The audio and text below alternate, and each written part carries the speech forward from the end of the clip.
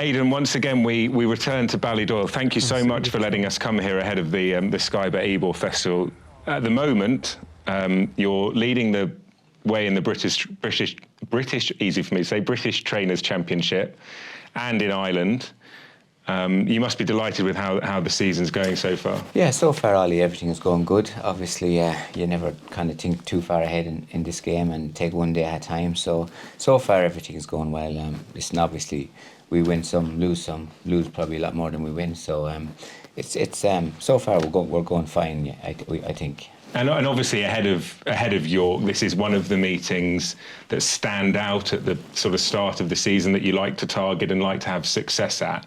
Just broadly speaking, what does York and the week at York mean to you and the team? It's very important. It's a very prestigious race, very prestigious for a horse or a colt or a filly to win at York. It's a great track. It's a great time of the year. There's great races there. But I think everybody wants to be in York at that time. But I suppose the track and the surface and the facilities and the people and the atmosphere, the prestige of the race, all those things add up, and that's where everybody wants to be at that time, really. And you're going there with a strong team, as always. The International is the race that everyone will be focused on. The Juddmonte International is always an iconic race, but this year, City of Troy will be lining up. And he's been such a star for you this season, winning the Derby in the Eclipse, but he's been a big talking horse for racing fans. Firstly, what sort of form is he in? Yeah, he's good. We're happy with him since the Eclipse. He's always been a horse that has obviously captured everybody's imagination. He's in very good order at the moment. He's in very good order. He's strong in his work, and everything's going good. We always thought York would be a track that suit him. It's a big, open, galloping track, and class usually outs in York. There's usually even pace on. But we're happy where he is. We were very happy with him in Sandown the last day, and things maybe didn't work in his favour for him to show off his strengths. But we were very happy what he did. Delighted with him in the Derby. We're looking forward to it for a long time now, really. I know you've spoken plenty about the Guineas, but can I ask you in sort of, I guess, layman's terms, if you like, what do you do with a horse who has such high expectations and it doesn't go to plan to prepare him for the Derby? Because a lot's been said this year about your genius in returning horses to peak. Yeah, no, obviously I didn't have them prepared properly for the Guineas, and it blew up in our faces really quickly, and that does happen. We thought we were doing the right thing, but obviously I wasn't. And obviously when you have to analyse every single thing that happened before, after and during, and that's what we did, and then you have to tweak things here, there, and you have to try get on the road. Obviously there's a road set out for the whole season, and there's targets on that road you want to hit. And obviously we went off of the road fairly dramatically in the Guineas, so obviously we had to try get back on it. We had to make a lot of adjustments in lots of different places, and obviously we didn't want to fly back on the road and fly off over the other side again, so we had to kind of gently go back, try get back to where we were supposed to be, and not to overdo it, but tweak, and then obviously you go to the races and you hope that falls back into place. So obviously his next run was the Derby, and he won. Obviously we felt that he was far from the finished article in the Guineas, but we were happy to get back on the road. We felt that we had a lot more to do between the Guineas and Sandown, and we did, we felt, but maybe tactically we didn't get it 100% right in Sandown, and he won, but obviously wasn't really impressive, but won very nicely. Obviously, we felt after Sandown we had more tweaks to make, and that happens all the time. And we have in what areas? Lots of different areas, loads of areas, really. And that's what happens all the time when those things don't work. In terms of how you train him? Yeah, I think routine? So. Yeah, routine, training, everything. And everybody would have known it, and we would have discussed everything, and everybody put in their 2 pennies worth, and we'd have a discussion, and then we'd try and come up with the right the right solution, the right work pattern, the right daily program, the right things that should be done and shouldn't be done every day to help him to perform. Obviously, those real good top horses are bursting with ability in lots of different areas, and you kind of have to get them in a way that they can control it and use it when you want it. And everybody has to come on board, and nobody says too much about it because it's always kind of very much in-house thing, and there's a lot of people involved that help that to happen, and when it goes right, and that's why I'm always very conscious of trying to name as many people as I can, and a lot of people I don't name because there's so many people involved, and I don't get time, and people get sick listening to me anyway. So, but those are the people that make it happen, really. We come up with the program. I'm part of it like everyone else, and then everyone else kind of works it, and then kind of my job then is to watch it and hopefully help anybody that wants any little bit of help in between and on the way for those horses, really. This is really fascinating because it sounds like you've made adjustments from Newmarket to Epsom and subsequently after Sandown in preparation for the International. Now, you have trained horses with immense quality before, and I know that in your words about City of Troy, he sounds unique to what you've had here through the gates. Can you remember any horse that you've trained in the past where you've had to adapt in season as much as you have with City of Troy to maximise their talents? Yeah, I suppose every horse is different. Obviously, he won his 3 for 3 last year, but we knew that he wasn't a finished article, even though he did that. And we knew he had little irons and things to be ironed out to help him to show how good he was. Like I said, those real good top horses have so much ability, and ability gets them such a long ways.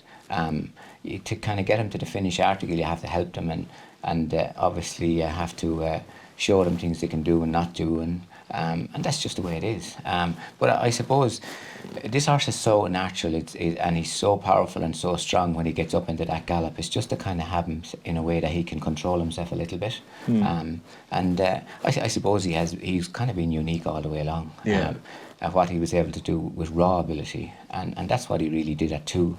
And obviously, before Newmarket, we didn't tweak him enough, and it just all blew up, like I said, you know. So, like he won the Derby, and Ryan said he was as green as grass. And then, obviously, we went to Sandown, and we knew that there was going to be another step. We were kind of happy that we had a bit of time coming from Sandown to York, and that's where we are now at the moment. Like we obviously we had 2 or 3 weeks gone by, and we were tweaking things, and we think we kind of haven't landed fairly smooth on the runway at the moment, and obviously he has another bit to go, but like it took that while to get him down and landed, like because he has such ability, really, and it's a very rare thing, really. Have you enjoyed the challenge of training him? We always do. Like, this is what we love doing. That's all we do. It's our hobby, our passion, our work all rolled into one. And I suppose for us is to be working with everybody that enjoys it and is so passionate about it and watch it going on. And it's what makes you get up every morning. And like, I suppose, like for us, it's like going to World Championships every morning. And that's the way it is. You're watching, and then you're tweaking things, and then you do the work, and you hope what you tweaked worked, and then if it didn't, you have to tweak it back, and you have to discuss it, and everybody else has to discuss it amongst themselves, and that's obviously the joy and the passion for us, really. Because of the passion involved, did those conversations ever get, not heated, that's the wrong word, but did you sit around the table and disagree, or is everyone pretty aligned? Yeah, no, never gets heated in any way. It's discussion always. And everybody is very much part of it. And I think that's what makes Ballydoyle and Coolmore work. There's so many opinions involved in making decisions.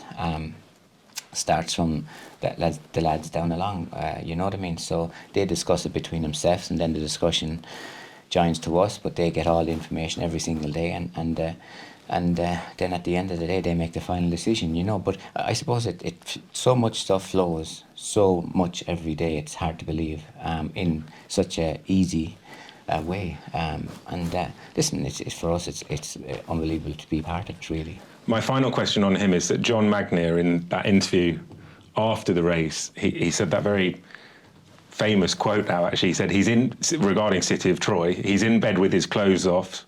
It's up to him now. He was asked about the future for City of Troy on the back of that Sandown effort. I guess the question is, what will we see from him then at York? Yeah, obviously we're excited and looking forward to it. And obviously there's so many variables that we can control. There's so many variables that we can't. So we will try and control the ones that we think we can control, and then hopefully it works on the day. And that's the harsh reality of it. We know he is like no other. We know that he has this unbelievable power and will and speed and stamina, but he's very strong-minded as well, which obviously comes from Galileo as well. So that raw aggression that he has in him, we know it's there, and that's what part of his makeup makes him good. And obviously you're never sure what's going to happen. Like, listen, the harsh reality is we don't know what's going to happen in the next hour, but we always hope, we dream, and believe me, when it comes off, the days that it comes off, like, it's a big relief and kind of nearly, it's nearly a surprise to us, because there's so many variables that can go against it, you know what I mean? So, but we're always very grateful when it does happen, and very grateful to the people that make it happen. And for us, we're very grateful to the lads for supplying us with such horses that we can do this on a daily basis, supplying us with the place and the people and everything together. So it's really a unique situation that we know that nobody else ever in the world is in that position ever, really. So your belief that he's the best you've ever trained remains? Oh yeah, he's just a very different horse, this horse, yeah. And always was. But like, obviously we have to help him to show it to everybody else. And that's the reality of it. But listen, we're just so lucky to have him, really. Other runners that we'll see at York from your stable, in the Tattersalls Acomb, you've got the Lion in Winter, who was very impressive in the Curragh Maiden over 7 furlongs. Pedigree for middle distances. It looks like he's going to really thrive throughout his career when he steps up. What sort of form is he in going to York? Yeah, he's very well. Obviously, he's a middle distance pedigree, like you said. That's 7 furlongs, and it's a sharp 7 at York. It might be a little bit quick for him, but we think the experience will do him good. It suits, it works into his programme to run there.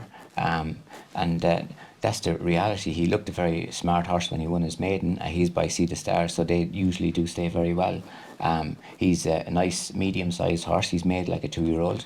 Like I said, it could be too sharp in York, but we will see. But we think the experience will do him good either ways. Do you have one on him being in your classic conversation next year? I think it has to be. Like what he did, he got a very good rating, and everybody had a lot of good stuff to say about him after. Wayne rode him and he really liked him. So we will see, and we'll find out as we go along. Obviously, we have one eye on the Goff's Million with him, and this would be a lovely race to fill in between for him. And that's a 7 furlong race at the Curragh. York will be fast and sharp, and win, lose or draw, we think he will learn a lot there, and it will stand him in good stead for his next race. In the Sky Bet Great Voltigeur, you've got a host of entries, but I guess the two that stand out are Los Angeles and Illinois. We'll start with Los Angeles, who won the Irish Derby. Have you always thought of him as a ledger horse? Yeah, we did, and obviously he could even be an arc horse. He was always a horse that was going to stay well. He won over 1.25 miles in soft ground in France. Christophe rode him and loved him. So he was always very likely he was going to be an Irish Derby horse. We knew, we had it in our mind that he was going to be an Irish Derby horse, but we knew he had to have a run before then. And obviously that's why he went to Epsom, even though we knew City of Troy was there, but we felt that he was going to suit City of Troy either ways. He was going to be ridden forward, uncomplicated. We felt he was going to get the trip very well. And if City of Troy was good enough, he was going to come and pick him up. And if so be it, if he wasn't. And that's the way we rode him. Wayne rode him forward. He learnt a lot. We were very happy with him since then, going to the Curragh, and won very nicely at the Curragh. We're very happy with him since. So we'll see. I always thought he would stay 1.6 miles, but it's every chance that he could even come back. You have been pressing on with him in his races early. Do you think he is versatile in terms of where you position him early in a race? Yeah, I would think so. 1.6 miles, you'll definitely give him a chance. He doesn't have to be you don't have to be forcing him forward. But we rode him forward in Epsom because it was going to suit him. We had a horse that was going to lead him, so he wasn't going to be in front. We rode him forward at the Curragh because it was like all the Derby form was there, and we wanted to find out, like, was this Curragh run right?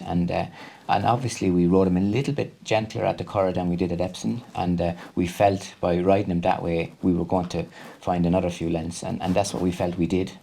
We maybe weren't as aggressive at the Curragh as we were in Epsom with him, and that's the way I think the form of the race turned out. So over a mile and 6, you'd probably be maybe around the same, maybe little less aggressive again. So, but we'll see. What about Illinois? Won the Queen's Vase, second in the French Group 1 last time. Yeah, he's a lovely horse. He ran in the same race, wasn't beaten that far by Los Angeles. Better ground suits him. Los Angeles probably handles a dig better than he does. He handles fast ground. He's still a baby. He won at Ascot, was very green. We rode him in Lingfield very forward, and that's why we didn't run him in the Derby. Ryan felt he was too green for the Derby and he was too babyish, and he ran out in the middle of the track, and I think James's horse beat him in Lingfield and beat him well. So that's why we felt Epsom's going to come too quick, and then we went to Ascot with him. Ryan rode him forward because he felt he was going to stay very well, but he was very green. We're very happy with him since. We think Ledger's going to be well within his distance. He's a half brother to an Arc winner, an Arc filly, so he's a very good pedigree for middle distance. So we thought the Voltigeur was going to suit him very well, and we would see where we go after that. But he looks like probably a guaranteed proper mile and 6 horse that will get it. But obviously those type of horses, when they get stronger, they have no problem with a mile and a half either. You've won the Voltigeur and then the Ledger with Milan. Last year with Continuous. How important a stepping stone into the final classic of the season is it? It's the perfect race, really. It's the perfect time, perfect ground, perfect track. Everything about it is perfect. Listen, I think if Los Angeles was to go there, he'd have a penalty where Illinois wouldn't have. So it's the perfect time, really. Obviously, it's proven. It's close enough to it, so it just leaves them spot on, really.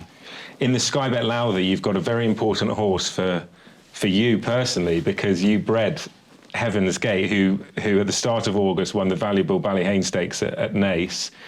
Does she hold a special place in your heart because you bred her yourself? Yeah, she's a lovely filly. Obviously, Anna bred her and brought her up and did everything with her. She's an unusual filly. She's out of a 23 or 4-year-old Danzig mare that didn't produce anything until her. Wow. Obviously, she's by Churchill, which is obviously a very good stallion, but she's unique. She's a big, powerful filly. She's a great mind. Ryan won his maiden on her, I think, over 5, or just got beat over 5-1 next time at the Curragh over 6, and he felt then like she was going to stay all the way up to a mile. She's a lovely, relaxed filly. Ryan rode her and won on her in Naas and gave her a lovely ride, very uncomplicated. She doesn't over race, so we were delighted with her the last day.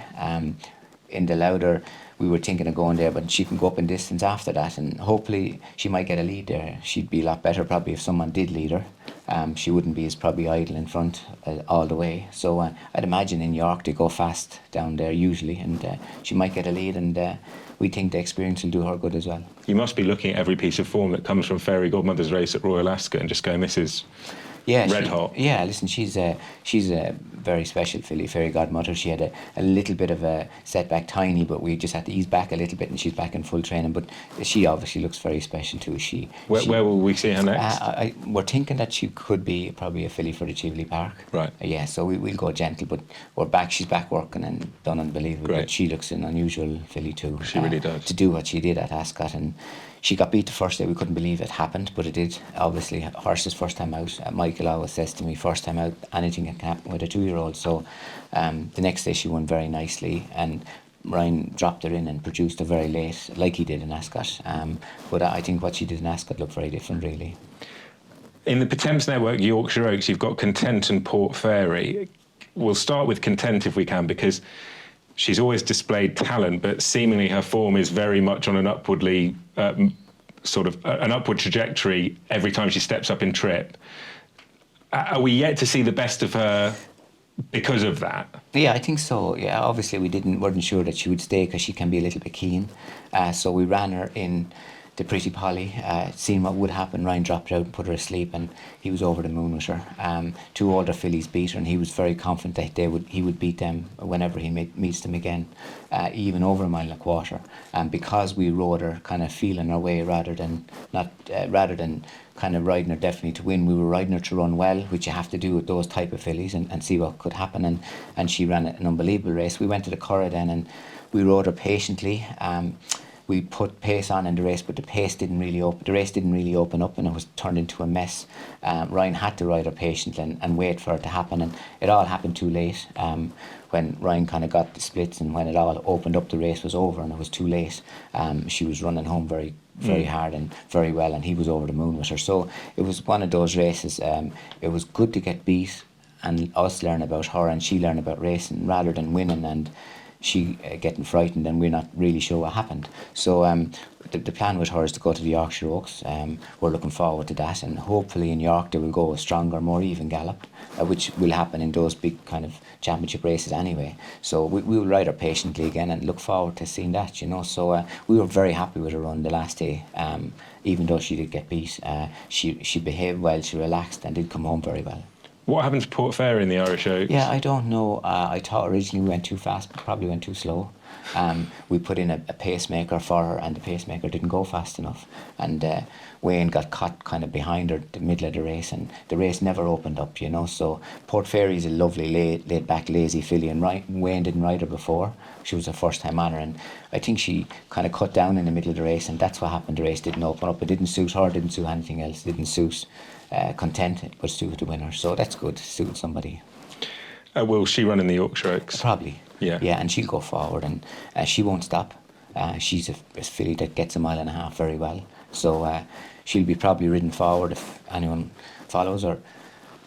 Great, and if they don't follow her, she'll keep going. In the Weatherby's Hamilton Lonsdale Cup, you've got the well-named for the race Point Lonsdale, who was third in the Grand Prix de Saint-Cloud in France when we last saw him at the end of June, and he was a decisive winner at Chester. Where are we at with him going into York? You're very happy with him. He's a great horse. He's been in the Holden Bay a lot this year, meaning that other horses were getting the preference over races than he was getting. So he was there waiting. He was being trained for races, and then other horses would take a slot. He'd just sit back and wait, and that's the way it was for him. And he kind of went to France just to get a run into him, really. We always felt when he's going to go beyond a mile and 6, a mile and 7, 2 miles, he's going to get better, and we saw that when he ran in Chester. So he's just one of them kind, uncomplicated, genuine horses that's happy to wait when the others are racing. It's never any fault of his own, and it's just because other horses take his slots. And but a lovely horse he is. Very happy with him, and looking forward to seeing him run over distance. A race where he's going to get the first shot himself. Just the way you describe him there, I really have grown an affinity towards him. Yeah, he just seems like a sweet horse. He's a kind horse, lovely horse, and if he was a human being, you'd love him. He's never flinches about anything. He's so kind to ride. Brett rides him out all the time, and no, he's a lovely horse. Will we see Camille Pizarro in the Albastierque World Gimcrack? Possible. We haven't seen the best of him. He's a big horse. He's maturing all the time. Probably didn't do the right things with him, and I think he probably needs to take his time and be produced very late. He's a horse with an awful lot of ability, a lot of class. He's probably a little bit weak still, and he mightn't be carrying his class through yet. Obviously, we're thinking of doing it. We were delighted with his run the last day at the Curragh. We think he's going to be a way better horse next year. He has that pace that those good horses need, but he has an awful lot of size and scope. It's probably been a little bit of his undoing this year because he obviously is a little bit weak, but he's doing very well, and he keeps himself in the picture all the time. He never comes home and says that I want a break. But I really do think he's going to be better next year. But there's every chance he could.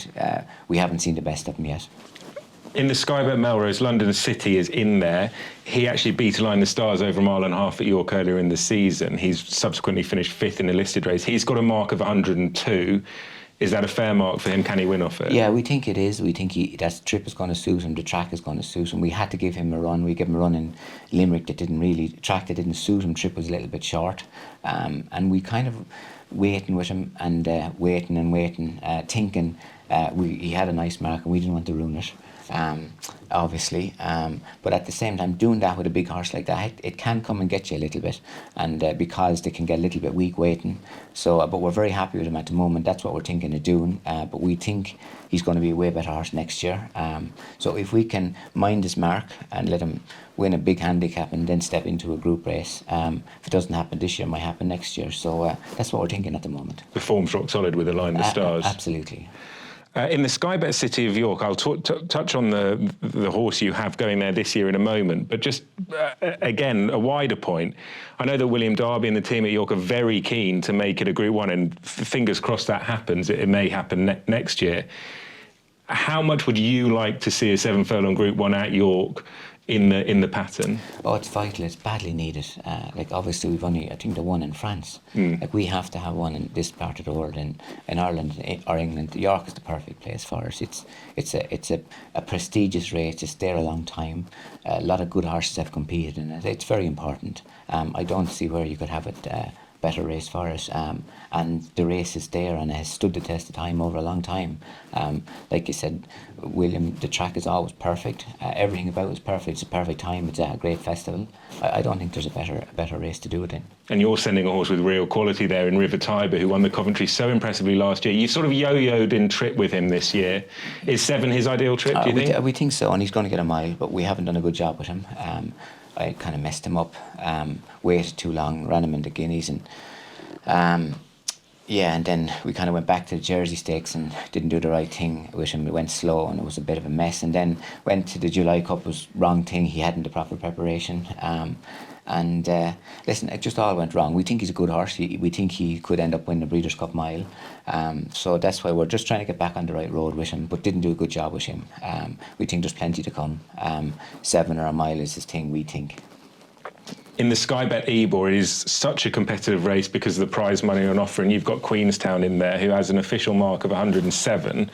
We last saw him finishing second to Kyprios in May. He was actually down to run at Royal Ascot. He didn't in the Queen Alexandra. Was there a reason for that? Yes, he was Kyprios's sparring partner, so he was getting it every day. There was every day they were training. He was the one getting the blunt of the blows from Kyprios. So he ran in all his races with him.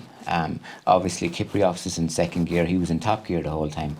So that the plan was with him was that he would go to Ascot and run in the Queen Alexandra when Kyprios was running in the Gold Cup. But obviously he was after having a tough time, and when we trotted him up for the vets, they weren't happy with his trot, but that's the way he was, and obviously when you're sparring with Kyprios every day, the week you're... A few black eyes. Yeah, a few black eyes and a bit sore and a bit, that's the way it was, and like I understood everyone, they weren't happy to run him. Obviously we were happy, but we knew that he was fine. But obviously it's everyone makes a decision, and we always respect those decisions. After that he came home and he was taken away from Kyprios, so he's been put by himself, and obviously the smile is back on his face again, and we're very happy with him. He's in good shape, he's moving very well, and I think everyone would be very happy with him now the next time. So hopefully we're going to have him prepared well enough. We think he's run off a good mark. He's a horse that stays very well. He's a gelding, so he's a very kind horse as well. So that's the plan. Hopefully we'll have him prepared well enough to show the best of what he can do, and if he doesn't, it will be there next year. All being well, if it goes to plan at York in the Ebor, could he get his passport stamped and go down under, perhaps? Yeah, he could. Like, obviously it's very difficult to get to down under. We, like all our horses, like Tower of London, Point Lonsdale, they all failed the vet to go down under last year, so none of them were passed, so it's a little bit ridiculous really. The scans that they have to do are kind of over the top, and like those horses, as everyone can see, raced in Dubai, they raced in Saudi, they raced in Qatar all through the winter, and they didn't pass, so it's difficult. But the unusual thing about it is sometimes they fail this year and they might pass again next year, you know. So it's probably a little bit over the top. Will it put you off sending? Listen, what we do, attempting to send horses? What we do, Ollie, is we entered all the horses again this year. They'll go through the scans, and if they pass, they pass, and if they don't, they don't. So be it, and they'll make the decision.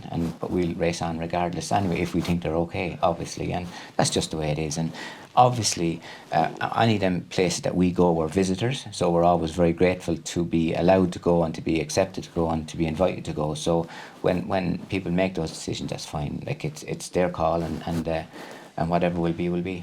You think 107 is a good mark for Queenstown? Yes, he's well handicapped, yeah, and he will stay very well. He's a big, powerful horse. Like I said, if we don't have him right this year, he'll be running off a good mark next year. And my final point, I always like to end on a slight tangent, and I hope you don't mind me throwing this into the mix, but we've seen on ITV recently the behind-the-scenes documentary about racing Champions Full Gallop. I know there was Horsepower that focused on Andrew and Oisin. This is no sort of ITV-led question, it's more broad, really. At a time when racing and the sport is vying for column inches and attention and people going through the gates, York is a racecourse that really connects with its public. How important is it for racing to connect with the public in any means possible, and indeed with things like those behind-the-scenes fly-on-the-wall documentaries? Yeah, I think it's very important. It's like everything. It's you have to get out there. You have to show people what happens to develop interest. I think people can't be over the top about racing, and they have to be a little bit more relaxed. Like people have to be encouraged to go racing. People have to be encouraged to have a bet, no matter how young they are, and people have to be encouraged to have an opinion. And like everything, when people talk about betting, all the things jump up and say this, that and the other thing, but that's not bad. It's interest, and everyone has to have an opinion. And one thing racing does with people all over the world, it gives them something to think about, and it gives them that feel-good factor that people have to take things for, and people take illegal things to make them feel good. But you go to the races, you back up your own opinion. You don't have to listen to anybody else. Watch and observe and have your own opinion, and then have your few pounder, have your interest, or have chat with your buddies or whatever. Do all those things, and that can happen for a very young age. And kids go racing, they latch on to jockeys, they latch on to horses, and they latch on to owners. Like that's all very positive. And like obviously through our lives every day we all need something to be thinking about and feeling good about, and you don't have to be even talking about it, and it still can be going on in your mind, reading very interesting things about people, seeing interest in documentaries, but you have to be encouraged to form an opinion and follow it and enjoy it and look forward to it. I think it's one thing that racing can give that other sports can't, and this is for the rest of their life. And watch all the change and things going on and be involved in the things as much as possible. Do you think we should be prouder of it? No doubt, and show people and encourage people and help people, and that's very, like, we all want things to make us feel good every day, and that is what this world really needs in a positive way. Well, this interview has made me feel good, as always. Thank you very much for your time. Good luck at York. Pleasure. Thank you. Watch live racing now on racingtv.com.